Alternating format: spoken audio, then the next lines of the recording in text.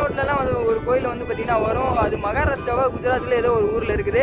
அதே மாதிரி வந்து பார்த்திங்கன்னா நம்ம தமிழ்நாட்டில் உள்ள கோயில்லாம் இந்த ஒரு கோயில் தான் சொல்லலாம். ஸோ இங்கே பாருங்களேன், பிளட்டாக இருக்குங்க, என்னன்னு தெரில. ஸோ இந்த இடத்துலலாம் பிளட்டாக இருக்குது. இப்போ நம்ம நிற்கிறோம்லங்க, ஸோ இந்த பாறையை வந்து பார்த்திங்கன்னா அப்படி கீழே குடஞ்சி கோயிலை உருவாக்கியிருக்காங்க. எப்படி நின்றுட்டு இருக்குன்னு பாருங்கள், சிங்கிளாக. ஸோ சின்ன கேப்பில் தான் கைஸ் நின்றுட்டுருக்கு.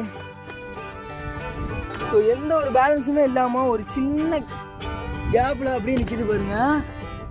ஸோ இந்த கோயிலுடைய ஆச்சரியத்தில் இதுவும் ஒன்று தாங்க. 8ஆம் நூற்றாண்டில் பாண்டியர்களால் கட்டப்பட்ட ஒரு வெட்டுவான் கோயிலுக்கு தான் வந்திருக்கோம். பாண்டியர்கள் கொடுத்துட்டு போன ஒரு பரிசான பொக்கிஷம் தான் சொல்லலாம்.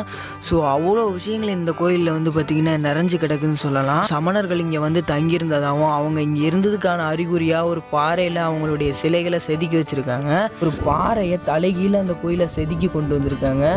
அதாவது ஒரு பாறையை குடஞ்சி